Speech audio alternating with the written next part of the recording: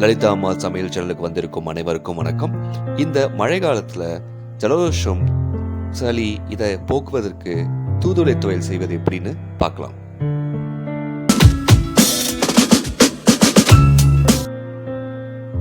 எங்கள் வீட்டில் தூதுவளை செடி இருக்கிறதுனால நாங்கள் எங்கள் வீட்டில் இருக்க தூதுவளை செடியை நாங்கள் பறிச்சிடறோம்.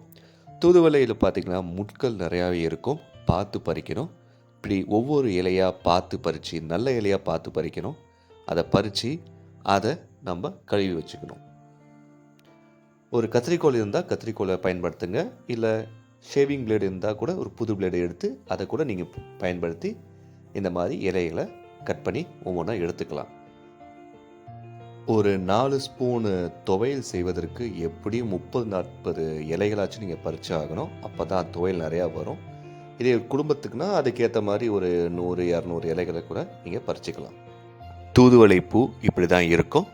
நீங்கள் தூதுவளை பூ வச்சு கூட கண்டுபிடிச்சிடலாம், இல்லை தூதுவளை இலை அதில் முட்களை வச்சு கூட நீங்கள் கண்டுபிடிச்சிடலாம்.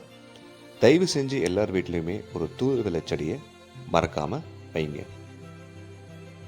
நம்ம பறித்த தூதுவளை இலைகளை எப்படி முட்கள் நீக்கிறதுன்னு பார்க்குறோம். இந்த மாதிரி அந்த இலையோட காம்பை பிடிச்சி அப்படியே உரிச்சிங்கன்னா அந்த முட்கள் காம்போடு வந்துடும். இப்போ தூதுவளை பார்த்தீங்கன்னா அந்த காம்பில் வந்து நிறைய முட்கள் இருக்குது. அதை தனியாக பிரித்து எடுத்துகிட்டு இலையை மட்டும் எடுத்துக்கணும். அதில் கொஞ்சோண்டு உப்பு போட்டு நல்லா கழுவிக்கணும்.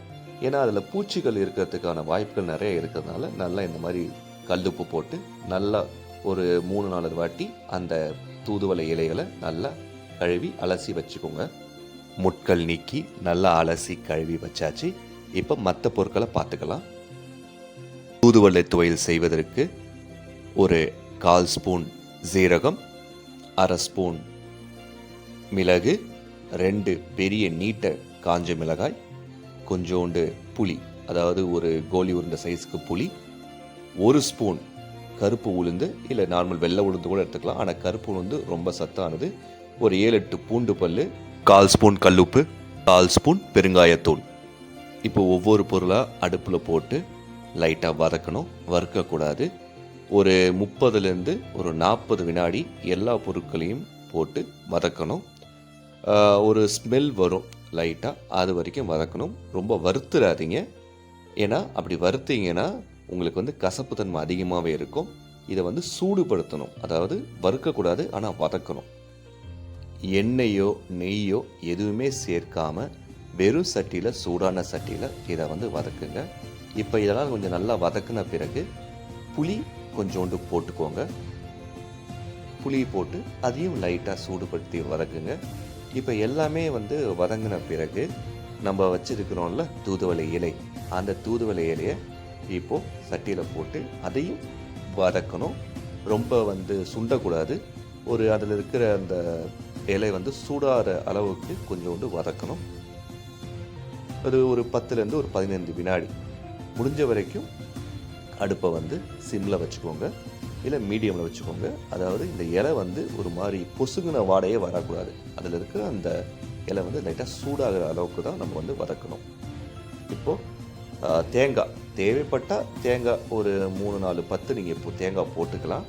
இது வந்து அந்த துவையலுக்கு வந்து கொஞ்சம் சுவையை கொடுக்கும். அது மட்டும் இல்லாமல் நம்ம வந்து தோசைக்கு தொட்டுக்கிறதுக்கு நல்லாவே இருக்கும். இப்போது இந்த துவையலை வந்து நீங்கள் வெறுசாவும் சாப்பிட்லாம், இல்லை தோசைக்கு தொட்டுக்கிட்டு சாப்பிட்லாம். இப்போ நம்ம வதக்கின எல்லாத்தையும் அழகாக மிக்ஸி ஜாரில் போட்டு நல்லா அதை சட்னி இல்லை துவையல் பதத்துக்கு வந்து நம்ம வந்து அரைச்சி எடுத்துக்கணும். இப்போ பார்த்தீங்கன்னா நல்லா மருதாணி போல் இருக்கும்.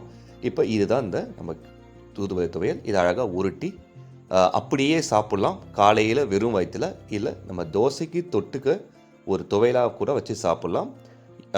தோசைக்கு தொட்டு சாப்பிட்றதுக்கு ரொம்ப சுவையாக இருக்கும். இல்லைன்னா நீங்கள் அது வெறுமா இப்படி உருண்டையாக கூட நீங்கள் முழுங்கலாம்.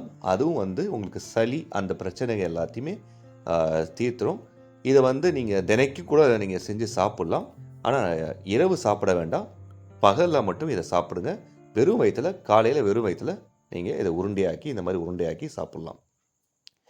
இந்த செய்முறை செஞ்சு பார்த்துட்டு நல்லா இருந்துச்சுன்னா கமெண்ட்டில் நீங்கள் கமெண்ட் பண்ணுங்கள்.